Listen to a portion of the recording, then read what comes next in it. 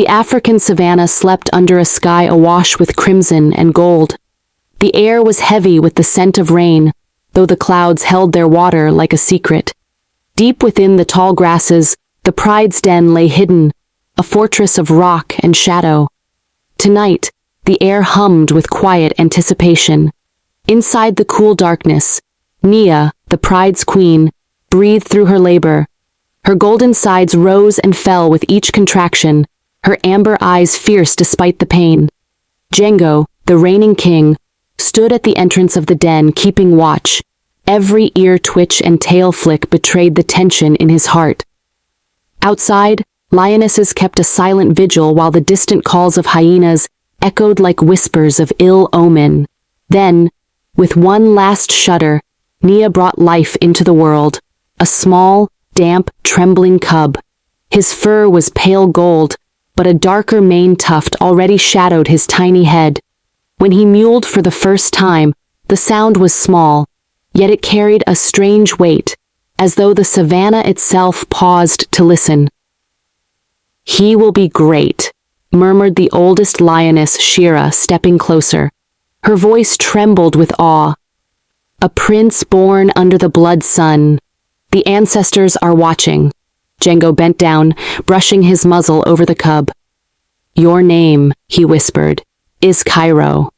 For you will bring light to the pride, even in the darkest days." That night, the stars shone brighter than they had in many moons.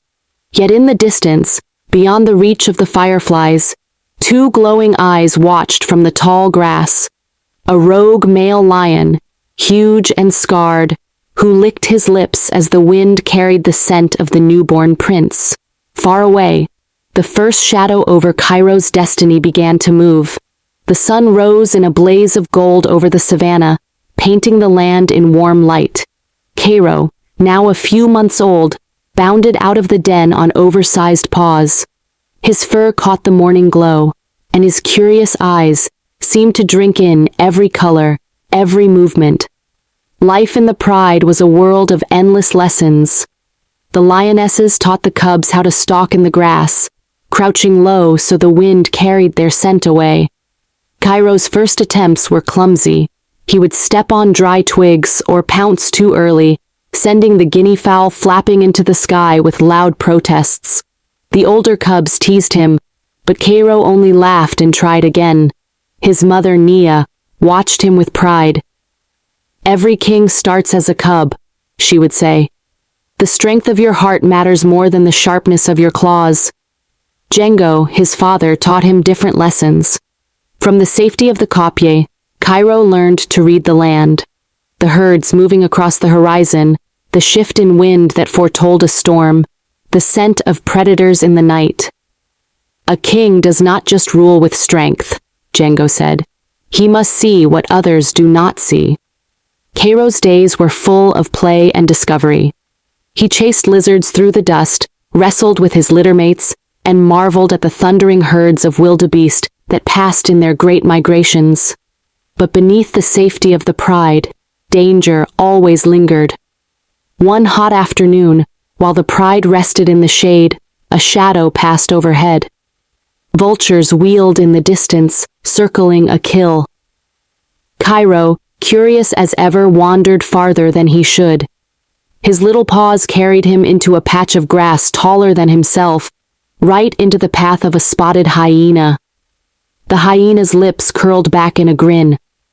It stepped closer, its yellow eyes glittering. Cairo froze, his heart pounding, but before the predator could lunge, a golden blur slammed into it. It was Django.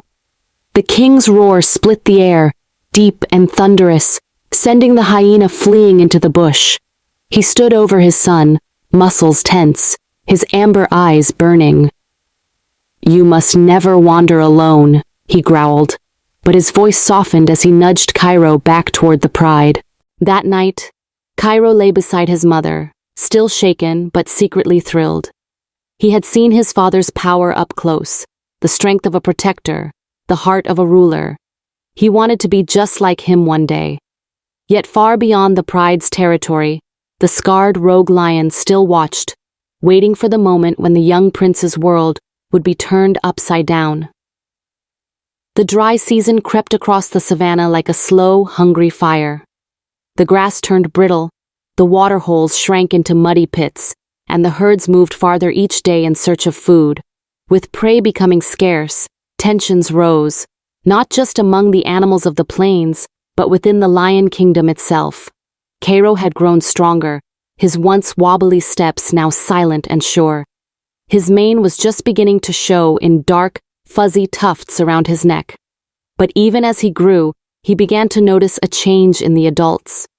The lionesses hunted more often, returning tired and irritable. Django, once calm and watchful, now patrolled the boundaries with restless energy, his roar ringing through the night like a warning. One evening, as the sun bled into the horizon, Cairo overheard a hushed conversation between two lionesses. "He's been seen again," whispered one. "Closer this time," replied the other. Near the acacia grove, Django chased him off, but their voices faded into silence when they noticed Cairo listening. That night, the air felt heavier. Even the crickets seemed cautious. From his place beside his mother, Cairo spotted his father pacing the kopje, mane tossing in the wind, eyes fixed on the darkness beyond their territory. And in that darkness, the scarred rogue lion, his body massive, his mane blackened like storm clouds, was indeed closer. His name was Mura, and his scent now clung to the wind like smoke.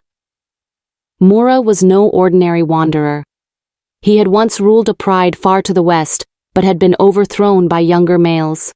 Since then, he had roamed the plains, fighting and killing his way eastward.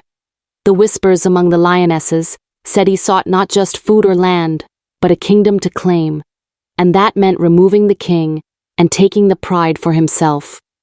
A few nights later, the first confrontation came.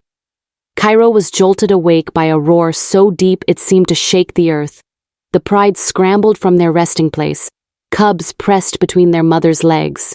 From the shadows, Mura emerged, towering, scarred, his eyes burning with challenge. Django leapt from the kopje, muscles coiled like springs. The two lions faced each other, tails lashing, roars echoing across the plains. Cairo's heart pounded as the air between them seemed to tremble. But before a paw was struck, Mura turned and walked away, his rumbling growl fading into the night. It was not retreat, it was a promise. The battle was coming, and in Cairo's young heart, a seed of fear began to grow. The dawn came cold and gray, with a wind that carried the metallic scent of coming rain. The pride was restless, sensing that the day would not pass quietly. Even the birds seemed hesitant to sing. Cairo woke to the sound of paw steps thudding against the earth. Fast, urgent. From the den's entrance he saw Shira, the oldest lioness, racing toward the kopje. "Mura," she panted. "He's here." This time there was no posturing, no warning roars in the distance. The scarred rogue strode into the clearing like a storm-given flesh. His mane was matted from travel, his amber eyes fixed on Django with a predator's certainty. The pride scattered into a wide circle, the lionesses shielding the cubs. Cairo crouched low beside his mother, every muscle in his body trembling. Django stepped forward, mane bristling, his chest swelling as he roared, a roar that cracked the air. Mura answered with one of his own, deeper, darker, like the roll of distant thunder. Then they collided. The fight was brutal. Dust exploded around them as their bodies slammed together.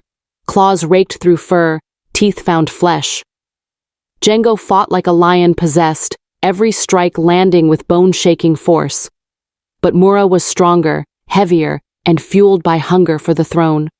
The two lions tumbled into the dirt, Django pinning Mura for a heartbeat, long enough for Cairo to believe his father might win.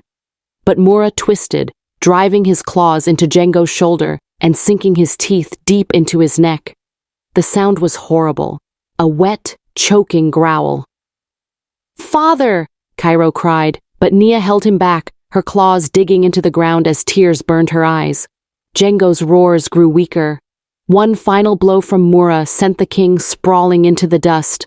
Silence fell, broken only by the ragged breaths of the victor. Mura stood over Django's body, chest heaving, and roared, a roar of conquest that sent the vultures screaming into the sky. The sound tore through Cairo's heart. Then Mura turned his gaze to the lionesses. His eyes lingered on Nia, and in that moment Cairo knew they were no longer safe. Shira's voice cut through the heavy air. "Go, now!" Nia grabbed Cairo by the scruff and pushed him toward the tall grass. The other cubs followed, vanishing into the shadows as the first drops of rain fell on the fallen king. Behind them, the savannah mourned. Ahead, the wilderness waited, with no pride, no safety, and no path but survival. The rain did not stop for 2 days. It came in sheets that turned the earth to mud and flattened the tall grass. Cairo followed close to his mother at first, but Nia was not heading toward safety. She was leading him away from the pride's territory. By the third night, they reached the edge of a dry riverbed. The air was heavy with the scent of strange animals. Nia stopped and looked at him for a long moment, her eyes glistening in the moonlight. "You must go on from here," she whispered, her voice breaking. Cairo froze. "What? No, I can't." "You must," she said firmly. "Mura will hunt you. If you stay with me, he will find you and he will kill you. Alone, you have a chance." Cairo pressed his head against her chest, breathing in her scent, trying to memorize it. Nia licked his forehead, then turned away before he could see her cry. "Survive, my son. Live long enough to return." And then she was gone, her golden shape vanishing into the grass, leaving Cairo alone with the sounds of the night. The wilderness was not kind. The first days were a blur of hunger and fear. He chased scrub hares and lizards, catching only air. Hyenas trailed him at night, their laughter chilling his blood. He learned to sleep in thorn thickets where their teeth could not reach. Water was worse. What little he found was stale and muddy, and sometimes guarded by crocodiles. Once, while drinking at a shrinking waterhole, a massive Nile monitor lizard hissed at him, forcing him back into the dust. He grew thinner. The soft roundness of his cubhood melted away, replaced by lean muscle and scars. His paws toughened against stone and thorn. His eyes learned to read the wind, to sense danger before it arrived. But loneliness was the hardest enemy. Nights stretched endlessly under the cold stars, with no warm bodies of the pride to curl against, no rumbling purr of his mother to lull him to sleep. Only the memory of his father's roar kept him from giving up. One afternoon, as he lay hidden in the grass, watching a herd of impalas, he felt the air change. A presence, close, but not hyena, not leopard. He turned and froze. A lioness stood a few paces away. She was older, with a coat the color of dried grass, and eyes as sharp as the sun. She studied him in silence before speaking. "You're too young to be alone," she said, "and too stubborn to be dead already. What's your name?" Cairo swallowed. "Cairo, son of Django." The lioness's eyes softened. "I knew your father." She sat, curling her tail over her paws. "If you want to live, you'll need more than courage. You'll need a teacher." Her name was Amara, and from that moment, Cairo's exile became an education. Amara was unlike any lioness Cairo had met before. She did not belong to a pride, yet she moved through the savannah as if it belonged to her. Her body bore old scars, souvenirs from battles survived, and her eyes carried the weight of many seasons. She wasted no time on sympathy. "First rule," she said on their first day together, "the savannah does not care about you. If you want to live, you must be stronger than its hunger." The training. Their days began before dawn, when the stars still clung to the sky. Amara taught Cairo how to read the earth, the freshness of tracks, the patterns of grazing herds, the invisible paths predators use to stalk prey. "You rely too much on your eyes," she scolded after he missed a warthog in the grass. "A good hunter hears with his whiskers and smells with his paws." She trained him in patience, forcing him to hold a crouch for hours until the right moment to strike. The first time he caught a young impala, he felt the rush of survival course through him like fire. Amara only nodded. "Good. Now do it again." The lessons beyond the hunt. Amara taught more than hunting. She showed him where to drink safely when crocodiles lurked unseen. She taught him how to use wind and terrain to hide from enemies. But the most important lesson came one evening as they rested under an acacia tree. "A lion who fights only for himself is no king," she said. "Strength means nothing if you cannot protect those who depend on you. One day, you will have to decide what you're willing to die for." Cairo thought of his father's last roar, of his mother's eyes as she sent him away. In that moment, he began to understand. The first challenge. One night, a band of hyenas closed in on their resting place, their cackles rising in the dark. Cairo's instinct was to run, but Amara stepped forward, her tail lashing. "Hold the line," she ordered. Side by side they roared, a deep, united sound that made the hyenas hesitate. When one lunged, Cairo met it with teeth and claws, feeling the old fear burn away in the heat of the fight. The scavengers retreated, melting into the shadows. Amara's gaze was proud. "You're ready for the wild, but not yet for Mura."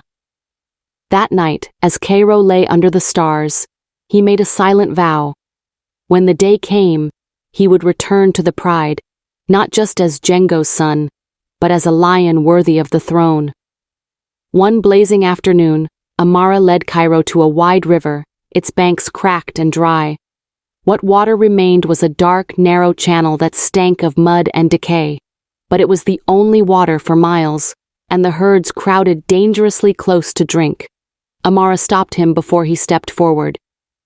"Look closer." Cairo saw nothing at first. Then the water rippled, and a massive shape slid beneath the surface. Crocodiles. Dozens of them. "Patience," Amara whispered. "Wait for the wind. Wait for them to drift away." They waited until a zebra herd came down to drink. The crocodiles shifted toward the easier prey, and in that brief window, Cairo darted in for a quick drink, heart hammering as jaws snapped shut just behind him. The fire plains weeks later, the smell of smoke filled the air. A dry storm had struck the grasslands, and fire raced across the plains with terrifying speed. "Run with the wind," Amara barked, shoving him forward. "Never against it."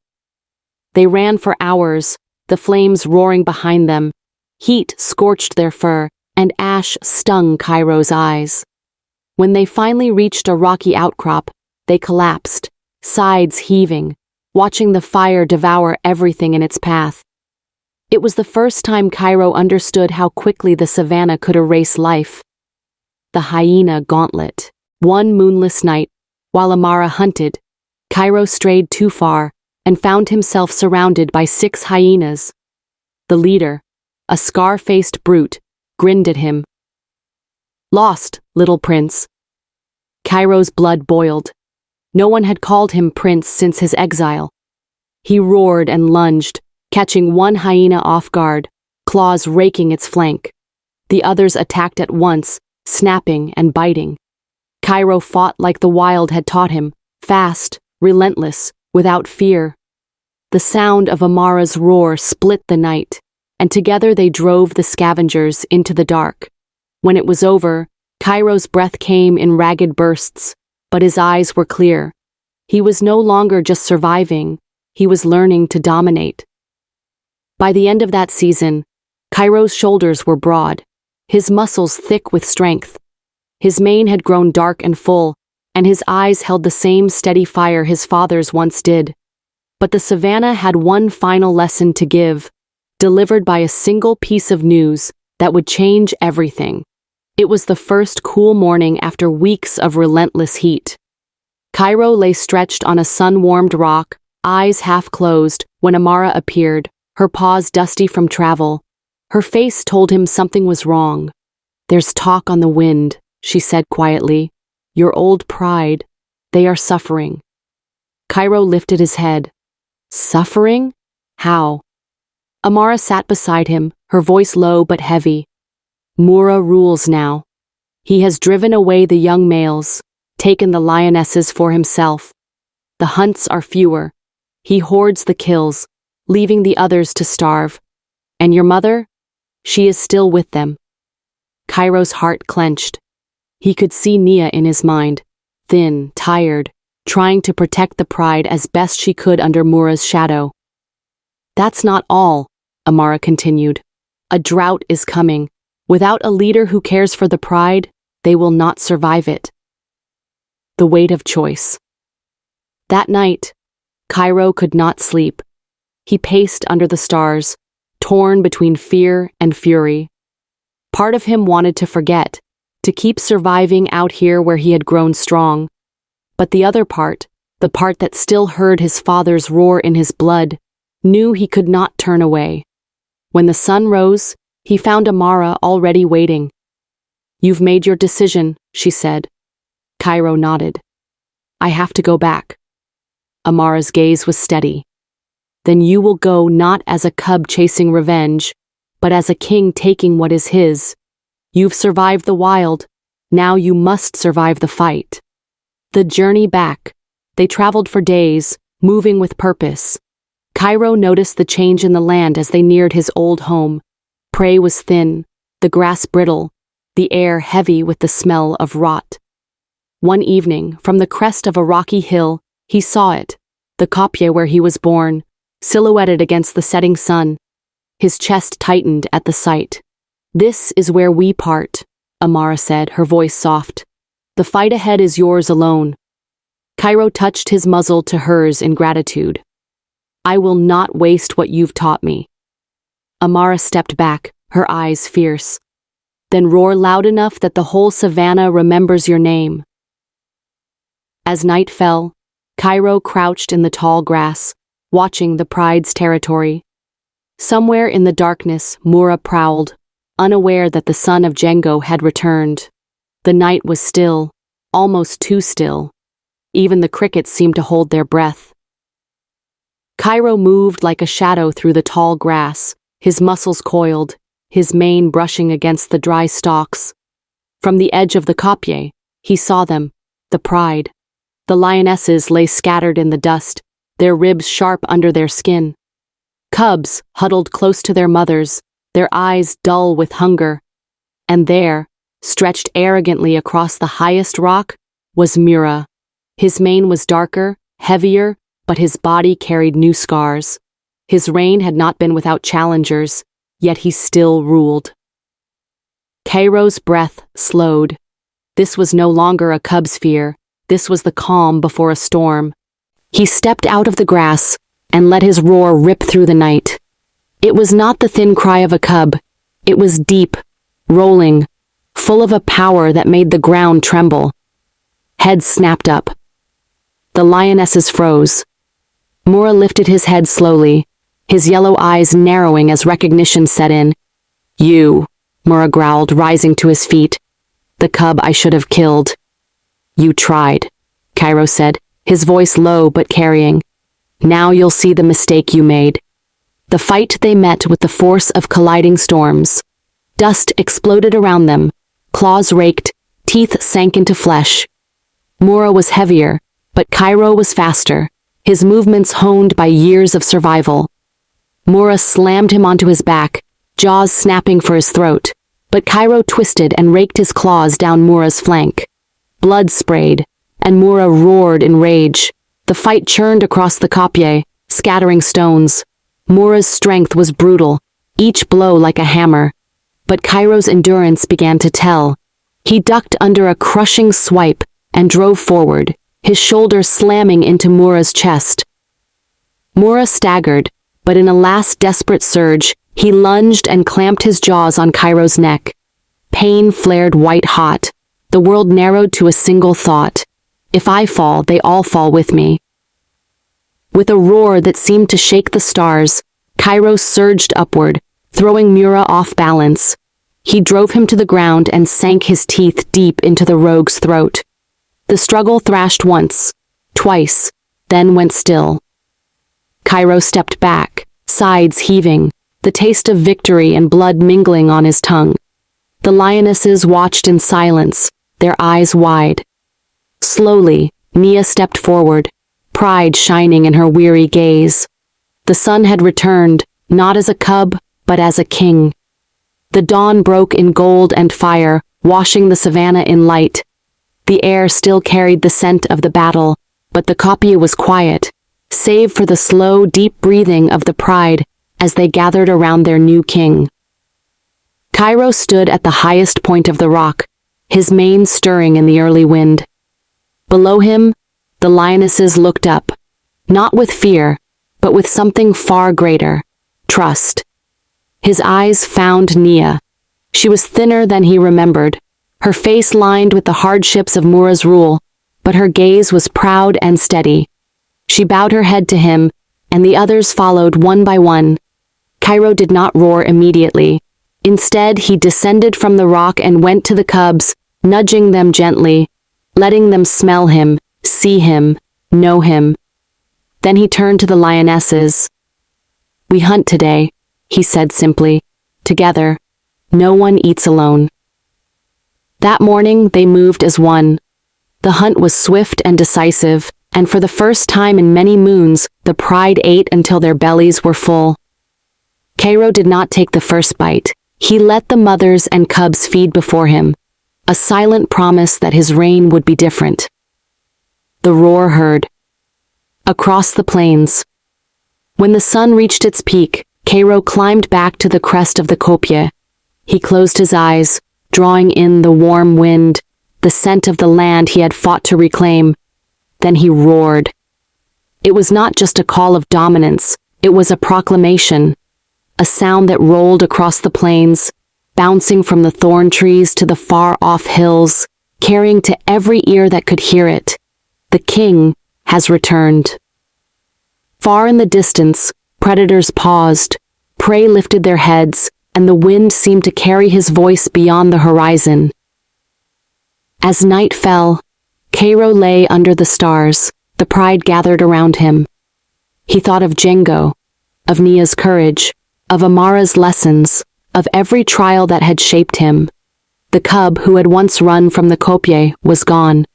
In his place lay a king who understood that leadership was not about power, but protection. And somewhere out there, in the whisper of the tall grass, the spirits of the savannah roared with him. The savannah had tested him. It had scarred him, but it had also crowned him. Cairo, son of Django, king of the savannah, had claimed his throne.